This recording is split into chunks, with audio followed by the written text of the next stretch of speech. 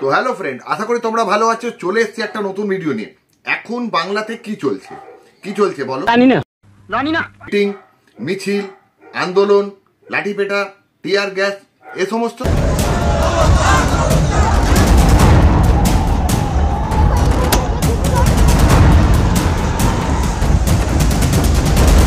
রোজই চলছে বন্ধ। কালকেও শুনলাম বন্ধ, তার আগের দিনও ছিল বন্ধ। মানে জনজীবন যাকে বলে স্তব্ধ। কিন্তু এর মধ্যেও কিছু কিছু জনের ইনস্টাগ্রামে চুতিয়াপান্তি করা বন্ধ নেই। আজকে তোমাদের দেখাবো একটি মেয়েকে। আমি তো প্রেগনেন্ট। क्या बोला तूने? तो गाइस আমি তো প্রেগনেন্ট। নাও ঠেলা সামলাও। এতদিন চলছিল মার্কেটে ফুড ব্লগ, শ্রাদ্ধ বাড়ির ব্লগ, লাইফস্টাইল ব্লগ, বিয়ে ব্লগ, বৌভাত ব্লগ। এখন শুরু হয়েছে প্রেগনেন্ট ব্লগ। গাইস আমি তো প্রেগনেন্ট। তো বাবা হতে চলেছে। আর না গাইস, একদম না, বড় পড়াশোনা ছাড়বে না।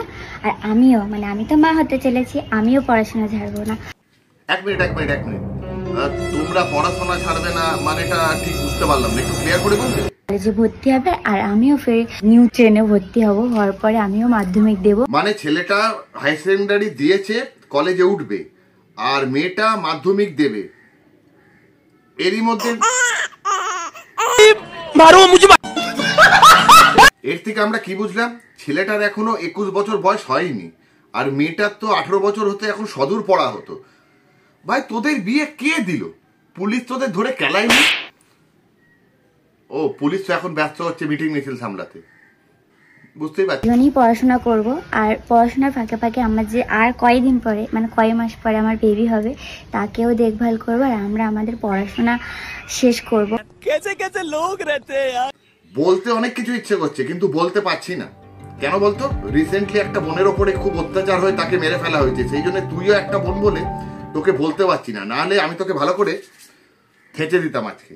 তো খুবই ইচ্ছা যে আমি আমার পড়াশোনা শেষ করবো, রনির পড়াশোনাও শেষ করবে, কিন্তু আমাদের এই বেবিটা এসে গেছে। তো গাইস, তার সাথে সাথে আমি আমাদের বেবিটাকেও খুব মানে মানুষের মতন করে মানুষ করব।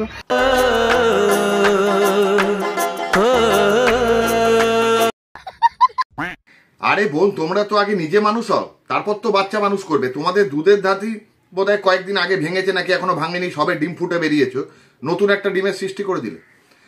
মানে তোমাদেরকে কি বলবো বুঝতে পারছি না। একটা জিনিস পাওয়া যায় ছোট্ট, ওষুধের দোকানে কিনতে পাওয়া যায়, জানো না নাকি?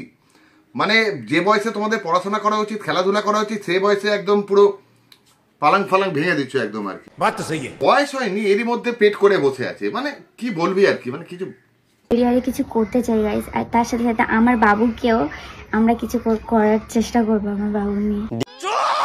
তোমাদের দেখে শুধু একটা কথাই আমার মনে হচ্ছে, সেটা হচ্ছে অল্প বয়সে পাকলো বাল, তার দুঃখ চিরকাল।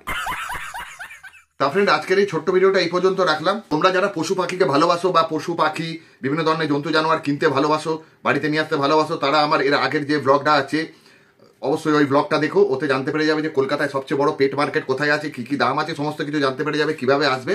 তা ওই ব্লগটা অবশ্যই দেখো, লিঙ্ক ডেসক্রিপশনে দিয়ে দিচ্ছি। ভিডিওটা দেখো, পশুপ্রেমী তোমরা একটু ভিডিওটা দেখো, তোমাদের জন্য অনেক খবর আছে গুরু। যারা ভিডিওটা দেখছো তারা অবশ্যই like, comment, share, subscribe, follow একটু করে দিও। যারা ইউটিউবে দেখছো ভিডিওটা, তাদের বিশেষ করে বলছি, তোমরা ভিডিও দেখছো, সাবস্ক্রাইব করছো না, লাইক কমেন্ট কিছুই করছো না, স্ক্রল করে চলে যাচ্ছ। ভাই একটু সাবস্ক্রাইব করে দে, একটু সাবস্ক্রাইব করতে টাকা লাগে না, একটু সাবস্ক্রাইব কর। আর যারা ফেসবুকে ভিডিওটা দেখছো তারা তো নিয়মিত ফলো করে যাচ্ছ, আরো ফলো করো বেশি বেশি করে, একটু চ্যানেলটাকে গ্রো করে দাও, পেজটাকে গ্রো করে দাও। দেখা হবে অন্য কোনো ভিডিও নিয়ে। চলো বাই।